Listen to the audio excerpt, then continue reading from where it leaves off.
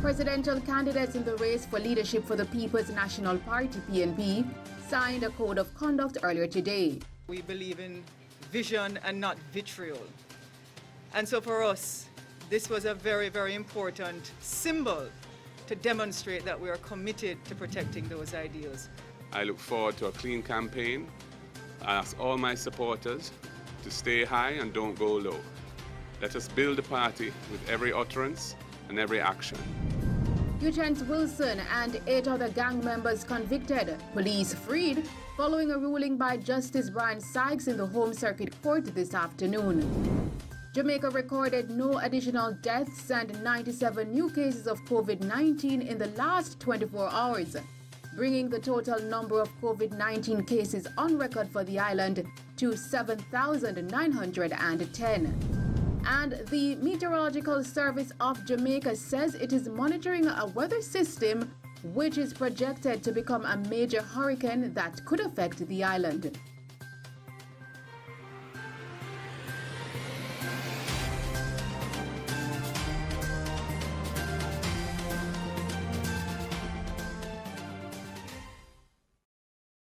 Good evening.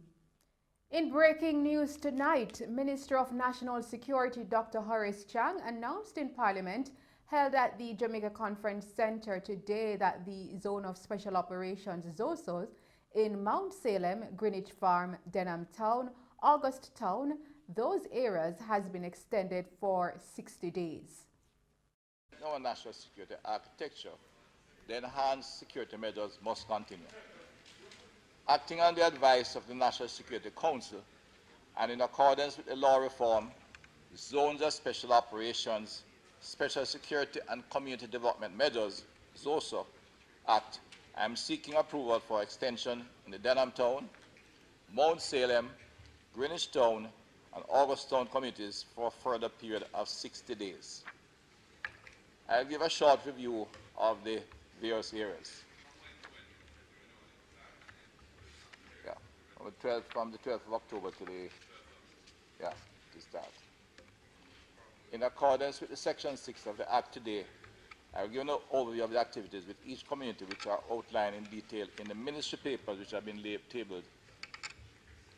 Madam Speaker, let me, however, reiterate that the Mount Salem and Denham Town zones have undergone 3 years of intervention since their declaration in 2017. Time to take a look at their progress. Meanwhile, leader of the opposition and president of the People's National Party, Dr. Peter Phillips, in his remarks says he is in support of the extension. I want to close by reiterating once again that we support the renewal. We call for an extension into critical communities aimed at staunching, quelling, containing, overcoming the wave of murders that threatens to overwhelm us now and which is a dagger to the well-being of the society and the economy. And that in order to do that, let's open up the information. Let's get the Crime Management Oversight Committee functioning, which I expect it will, and let us fashion a national effort. Because I think all the major crises which we face, whether it be COVID or economic revival, really at this time requires a national effort. In other news, presidential candidates in the race for leadership for the parliamentary opposition People's National Party, PNP, signed a code of conduct earlier today. And we have more on this story with Khalid Mee. People's National Party PNP presidential hopefuls Lisa Hanna and Mark Golding earlier today signed a code of conduct signaling their commitment to a clean and ethical campaigning in the process to elect a new leader of the 82-year-old political party. In expressing confidence in the candidates knowing their responsibility, leader of the opposition and president of the People's National Party, Dr. Peter Phillips, urged all the supporters of each candidate to be mindful of what they do and say in an effort to protect the integrity of the party.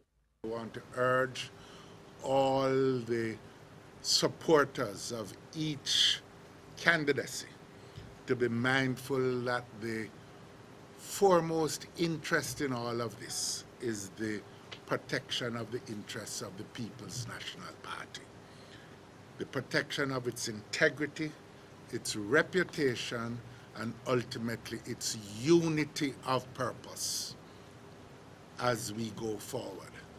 That means that everyone will have to be mindful in all that they do and all that they say, that at the end of it all, we are all going to have to come together with common purpose and with a willingness and an ability to collaborate with each other. So I'm going to ask particularly of the candidates and the leadership of their campaign teams to accept this responsibility to protect this institution, which ultimately is one of the great institutions of our country, our oldest political party, and in fact, a great contributor to the evolution of Jamaican society and the Jamaican political process. General Secretary of the party Julian Robinson outlined some of the rules of the Code of Conduct the candidates agreed to uphold. Some of the campaign rules: 1, no candidate shall engage in personal attacks, defamation, acts of deliberate misinformation, malicious statements, or vulgar abuse, or against any other candidate, their campaign teams and supporters, and candidates shall make best efforts to prevent members of their campaign teams from engaging in such conduct. Candidates and their campaign teams shall conduct a fair campaign and refrain from seeking or suppressing any votes by threat, bribery, intimidation, and violence, or any other improper means. No candidate shall engage in or undertake a national media campaign or promotion, paid or otherwise, inclusive of TV, radio, newspaper, billboard, and cable ads, of his or her candidacy, or permit his or her campaign team, or encourage or condone any other person to do so in support of his or her candidacy, save and except for the announcement of meetings. And candidates may be held responsible for the actions of any member of his or her campaign team or other person authorized by the candidate, and shall publicly disassociate their campaign from any comment, statement, or action of a person, whether or not such person is a member of his or her team, if requested by the Election Monitoring and Appeals Committee to do so, or if, in the opinion of the committee, any such comment, statement, or action appears to be in support of the candidate or his or her campaign and violates the standard of conduct which these rules seek to uphold. Presidential candidate Lisa Hanna said the signing of the Code of Conduct is a symbol of protecting the party and keeping the unity of the PNP alive. It is a very, very important day today, I think, for the People's National Party to not only symbolize that we are protecting the best interests of the party, but also to show that both of us as candidates are committed to the best principles to keeping the unity of the PNP alive. Certainly for our campaign, the Bring Back the Love campaign, we were very, very clear at the onset that we intend to run a clean campaign that does not hit below the belt. Our campaign team has been very strident in that. And that we also are very, very clear that we believe in vision and not vitriol. And so for us, this was a very, very important symbol to demonstrate that we are committed to protecting those ideals. I also want to say that in the best spirit of unity and in moving the party forward, that should Mark be the victor, that I am prepared to support Comrade Golding 100% if he becomes president. And should I be the victor or the winner in this situation, I intend to reach out to Mark and his campaign team and supporters to work in the best interest of the party. Presidential candidate Mark Golding expressed the importance of both signing the document and complying to the commitment given to carrying out a clean campaign. I think it's very important that we avoid some of the pitfalls of past campaigns by not just signing this document, but actually giving effect to it in how we conduct ourselves and our campaigns, and ensuring that our supporters, as best we can, and certainly those who are authorized to act on our behalf, similarly comply with the commitments we have given in this document. The People's National Party is committed to the principles of good governance and good administration. And signing a document like this, which is a code of really best practice for how internal elections should be conducted, is another example of the party giving effect to that. I echo what Lisa has said. I look forward to a clean campaign. I ask all my supporters to stay high and don't go low. Let us build the party with every utterance and every action. Unity is a must, and we must all come together, regardless of the outcome, and move forward once this exercise is over. Reporting for Mello TV News, I'm Colleen May. Thanks, Colleen. Meanwhile, PNP President and Opposition Leader Dr. Peter Phillips says with 3 weeks to go before he demits office, he does not intend to fill the vacancy which has arisen in the Senate. A vacancy was left after Senator-designate Norman Horn signaled his intention not to take up the post. Dr. Phillips, in a statement today, said, I quote, "On appointing with members of the Senate on September 14, in furtherance of my constitutional duty as leader of the opposition to ensure that the legislative obligations of the Parliament were able to advance, an entire slate was named after full consultation with each appointee. At that time, no date had been set by the party's National Executive Council, NEC, for a special delegates conference to elect the next party leader," end quote. Since then, Dr. Phillips said a date has been set, which is less than 3 weeks away. As a consequence, it is his considered view that the decision to name a new member to the Senate is best left to the next leader of the opposition. Dr. Phillips said the special delegates conference to elect the next party president and leader of the opposition is scheduled for November 7 of this year. In other news, Uchense Wilson and 8 of his gang members were convicted in the Home Circuit Court this afternoon and will be sentenced on November 30. Uchense Terence Wilson has been found guilty of being the leader of the St. Catherine-based Uchense Wilson gang.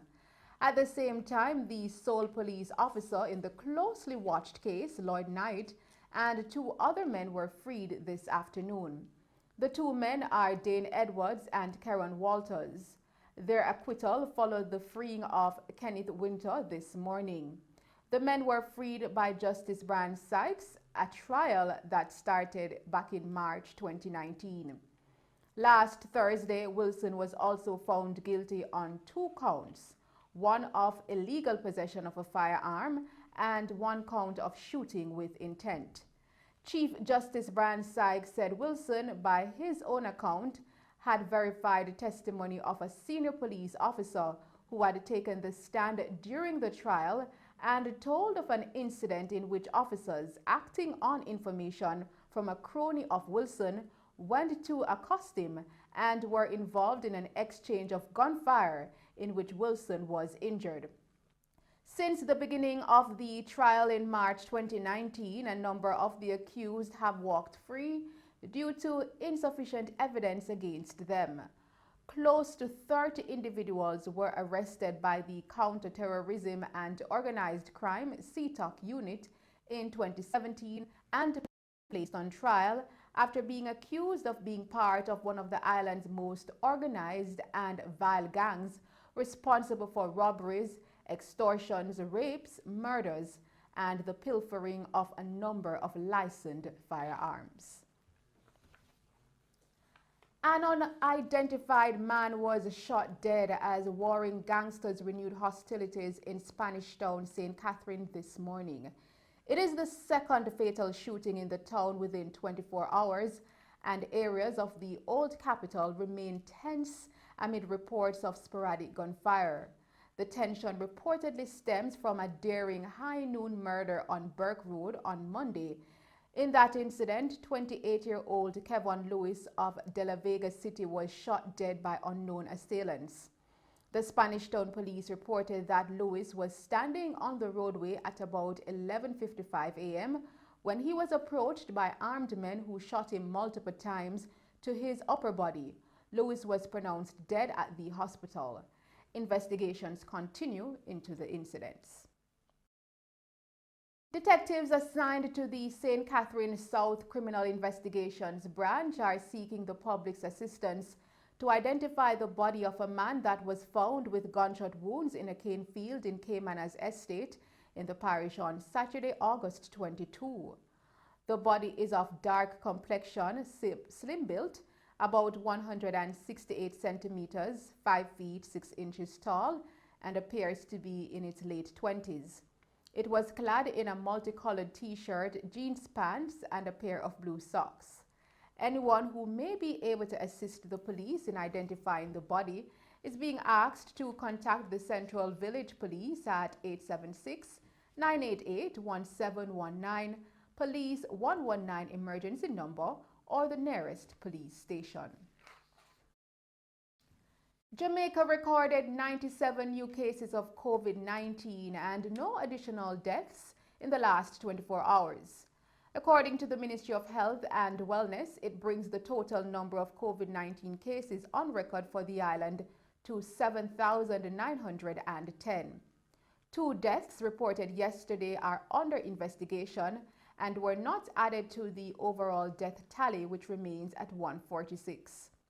Of the newly confirmed cases, 49 are females and 47 are males, with a gender classification for 1 case awaiting confirmation. Ages range from 2 to 90 years. The cases were recorded in St. James 30, Kingston and St. Andrew 23, Westmoreland 10, St. Catherine 7, St. Thomas 6, St. Mary 6, Hanover 5, Trelawney 4, Clarendon 2, Manchester 1, Portland 1, St. Anne 1, and St. Elizabeth 1. There are 24 moderately ill patients and 21 critically ill patients among the 4,354 active cases now under observation in Jamaica. Meanwhile, recoveries increased by 66 in the last 24 hours, bringing the total number of recoveries to 3,303. Co-CEO of Ready Communications Limited, Chris Daring, is calling for a permanent nationally televised school system, which he says will allow every Jamaican child an equal opportunity to learn, develop, and grow. In a statement today, Mr. Daring said this is the most affordable and immediately available solution to address both the current COVID-19 crisis, but also the already existing inequalities in the education system. He expressed that there was a crisis in education even before COVID-19, with unacceptable results in mathematics and language arts in particular. Yet there was a single class at St. George's College where all 25 students passed their CXC mathematics exams with 1s. He adds that we need to televise those lessons so that all Jamaican children and their teachers can profit. Mr. Daring, in his statement, also noted that the pandemic exacerbated the crisis, and with school now strictly online, the quote, fortunate few rather, with 24/7 internet connectivity will continue to get ahead, while the vast majority will continue to lag. The CEO further added that the government's intention to digitize our society is both commendable and needed, but to continue to focus on internet-based platforms will continue to leave the largest segment of our society behind. He outlined that it took 35 years to get to 35% fixed internet penetration, predominantly in urban areas. In other news, Minister of Agriculture and Fisheries Floyd Green says the main suppliers of baby chicks have increased their production to meet the new increase in demand. Clearly, one of the challenges that we have faced because of COVID-19 is shock to our chicken industry. I had called in the main players, Jamaica broilers and Caribbean broilers, and I had sat with them to see what could be done, especially in relation to baby chicks. They've assured me that they have upped their production, and by the middle of October, after the Heroes Weekend, to the end of October, we should be okay in relation to the heightened demand. What we're seeing across the market space is that there is a heightened demand for baby chicks. And that means what we surmise is that a number of people who probably were in other industries are now shifting and are now getting involved in the chicken industry. So what we find is that despite our main producers being at pre-COVID levels in terms of their production, the demand is still outstripping the supply. They have upped their demand, they have upped their supply, they have upped their production. I know one of our main providers has put in a new hatchery. I know another one has indicated that increased production by 20%. So we expect that by the end of October, we will have no issues in relation to the demand and supply of chicken. With that said, they have also assured me that for the Christmas, their production levels will be at record numbers and we will have no issue in relation to chicken production for the Christmas. Minister Green also said that the country will be okay for Christmas in relation to food supplies. We continue to monitor our market space, we continue to monitor our production levels. Clearly, we have been encouraging our farmers to keep producing, but we know some of the challenges because of COVID-19, so a number of them have been reluctant to get back in the field. We have rolled out a production incentive program to encourage our farmers to get back up and farming, and based on the initial reports, our farmers are getting back out in the field. So with that said, we will continue to monitor the progress in relation to our production numbers, but we expect that we will be okay for Christmas in relation to food supply and food security. In the meantime, Minister Green says the government is taking steps to make the process of securing land titles easier for farmers. Minister Green told the farmers at the ministry's listening tour stop at the Lucy Anglican Church in Hanover recently that he has met with Minister without portfolio in the Ministry of Economic Growth and Job Creation, Senator Albin Hill, who has responsibility for land, to find strategies to simplify the process, noting that several farmers are having financial challenges in their businesses due to the fact that they have no titles for the lands they utilize. Minister Green said the government will have to look into the issue of leasing farmed lands, as some farmers have been in those arrangements for several years. Meanwhile, Minister Green encouraged farmers to apply to the Sugar Company of Jamaica, SCJ Holdings, to utilize former sugar lands for other agricultural purposes, as the demand for the island's agricultural produce overseas is great. The listening tour has been conceptualized to give farmers a platform to discuss their challenges and ideas with the Ministry of Agriculture and Fisheries. Stops are to be made across the parishes. The Urban Development Corporation, UDC, says it notes with concern the report of illegal access to its property and the wanton disregard for public health and safety by members of the public trespassing at Two Sisters Cave, Helsha, St. Catherine. The corporation, in a statement, further said that it takes this opportunity to reiterate that Two Sisters Cave is not open to public access at this time, and cautions that action will be taken against persons found in breach of the no trespassing signs at the cave or at any other UDC property. The cave has been closed to the public due to low patronage since 2014. However, an opportunity for management of the property will be brought to the market within short order. The public is reminded that the UDC managed attractions that are currently open to the public are the world-famous Duns River Falls and Park, Green Grotto Caves and Attractions, Walter Fletcher Beach, Long Bay Beach Park, and Reach Falls. All others remain closed at this time, in keeping with the Government of Jamaica's mandates. The UDC encourages members of the public to adhere to the self-protection measures recommended by the Ministry of Health and Wellness, particularly physical distancing and the wearing of masks, as the country seeks to slow the spread of COVID-19.